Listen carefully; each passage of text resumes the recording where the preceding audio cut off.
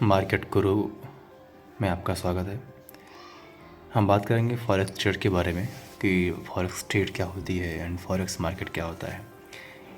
अभी जो है फॉरेक्स मार्केट में ट्रेड करने का जो चलन है ना वो काफ़ी ज़्यादा हो गया है हमारे इधर। फिर भी मतलब बहुत सारे लोग कन्फ्यूज रहते हैं कि फॉरेक्स मार्केट क्या है, इसमें हम ट्रेड कैसे करें। और जैसे स्टॉक मार्केट तो समझ में आता है, बट फॉरेक्स मार्केट क्या है ये फॉरेक्स मार्केट, करेंसी मार्केट क्या है, इसमें ट्रेड कैसे करते हैं। तो बस इन्हीं सब चीज़ों के बारे में थोड़ी सी हम डिस्कस करेंगे और जानने की कोशिश करेंगे कि फॉरेक्स मार्केट क्या होता है और ये काम कैसे करता है। बेसिकली फॉरेक्स मार्केट जो है वो एक करेंसी मार्केट है जिसमें हम करेंसी का लेन देन करते हैं, करेंसी को बाय करते हैं एज वेल एज करेंसी को सेल कर देते हैं। इसी को बोलते हैं फॉरेक्स मार्केट, करेंसी मार्केट। और ये 1970 के दशक में शुरू हुआ था और अब तक का ये सबसे बड़ा मार्केट है। ये 24/7 चलता है और ये कभी बंद नहीं होता। और ध्यान देने वाली बात ये है कि ये अनरेगुलेटेड मार्केट है, इसका कोई भी माई बाप नहीं है। ऐसे अगर स्टॉक मार्केट में अगर हमें कोई दिक्कत होती है तो फिर हम जिस भी ब्रोकर के साथ में काम कर रहे हैं उसके ख़िलाफ़ हम कंप्लेन कर सकते हैं। बट स्टॉक मार्केट में ऐसा कुछ भी नहीं है। अगर हमारा कोई दिक्कत हमें फेस करनी हो तो फिर हमारी कोई भी सुनवाई कहीं पर भी नहीं है। तो फॉरेक्स मार्केट में ट्रेड करने से पहले थोड़ा सा इस बात को ध्यान में रखिएगा कि बहुत ही सिक्योरली और बहुत ही ध्यान दे करके ये काम करने वाली बात है। इसमें हम आगे देख लेते हैं कि फॉरेक्स मार्केट को में पेयर्स कितने होते हैं, करेंसी पेयर्स कितने होते हैं। बेसिकली जो फॉरेक्स मार्केट है वो लगभग इस पूरे दुनिया में 196 कंट्रीज़ हैं और 196 कंट्रीज़ के अलग अलग करेंसी पेयर्स होते हैं। जैसे अगर हम अपने भारत की बात करें तो INR USD हो गया, INR JPY हो गया, INR यूरो INR हो गया। तो ऐसे हम जिस कंट्री के साथ कारोबार करेंगे तो उस कंट्री के करेंसी के साथ में हमारे करेंसी का पेयर बन जाएगा। जैसे एग्जांपल के तौर पर अगर हम यहाँ देखेंगे तो ये लिखा है यूरो USD, यानी कि अगर यूरोप वाले अमेरिका से व्यापार करते हैं तो उनका जो करेंसी पेयर बनेगा वो यूरो USD बनेगा। ऐसे ऑस्ट्रेलियन डॉलर का अमेरिका से USD बन जाएगा। ये सब एक करेंसी पेयर हैं। USD JPY, GBP USDY, ये सारे के सारे करेंसी पेयर्स हैं। जैसे आपने अक्सर देखा होगा कि जो डॉलर का जो प्राइस है वो रुपया कभी गिर रहा है, कभी डॉलर ऊपर जा रहा है, कभी डॉलर नीचे आ रहा है। तो ये सब क्यों होता है, ये सब कैसे होता है? ये सब इसी फॉरेक्स मार्केट के ज़रिए से जो करेंसी में जो ट्रेडिंग होती है ये उसी से होता है कि जब डॉलर का रेट बढ़ेगा तो हमको डॉलर ख़रीदने के लिए रुपया ज़्यादा देना पड़ेगा अमेरिका को या फिर किसी भी कंट्री को जो कि डॉलर में पेमेंट रिसीव करते हैं। तो ऐसे ही सारे करेंसी पेयर्स हैं। यूरो USD हो गया एंड बहुत सारे करेंसी पेयर्स हैं। अगर हम अपने ही इंडिया की बात करें तो अगर हम करेंसी पेयर बनाएंगे अपने भारत का तो 196 यानी कि 196 से भी ज़्यादा हमारे करेंसी पेयर्स बन जाएंगे, राइट। आइए देख लेते हैं कि फॉरेक्स मार्केट में सेशन कितने होते हैं और ये काम कैसे करता है। बेसिकली जो फॉरेक्स मार्केट है वो 24/7 चलने वाला मार्केट है और ये हमेशा चलता रहता है। ये काम कैसे करता है बेसिकली इसमें देखेंगे अगर हम तो इसमें 4 सेशंस होते हैं। एक Sydney session, Tokyo session, London session और न्यूयॉर्क सेशन। देखिए जो रियल टाइम है वो तो इसमें मैंने मेंशन नहीं किया हुआ है, लेकिन मैं आपको समझाने के लिए इस ग्राफ के ज़रिए से मैं समझाने की कोशिश करूँगा कि ये सेशन काम कैसे करता है और ये 24 आवर काम कैसे करता है। जो फॉरेक्स मार्केट है, जो करेंसी मार्केट है, वो 24/7 कैसे काम करती है।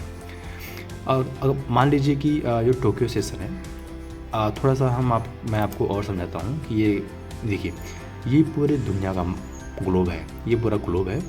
इसमें ये ऑस्ट्रेलिया है, ये जापान और पैसिफिक जो कंट्रीज़ हैं वो हैं, और ये पूरा ये एशिया में आता है और ये पूरा यूरोप है।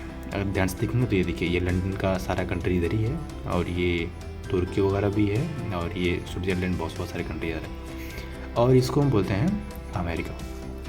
तो ये एशिया हो गया, ये यूरोप हो गया और ये अमेरिका हो गया। हम यहाँ आते हैं।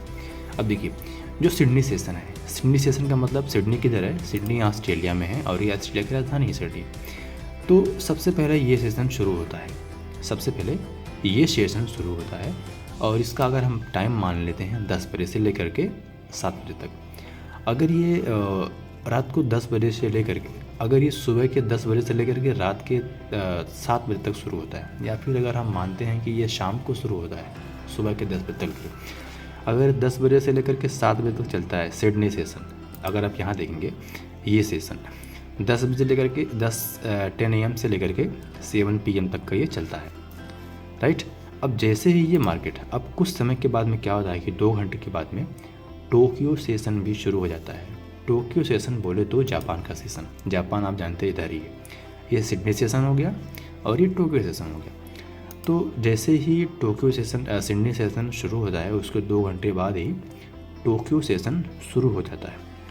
अब देखिए 10 से लेकर के 7 बजे तक सिडनी सेशन चला, फिर 12 बजे से लेकर के 9 बजे तक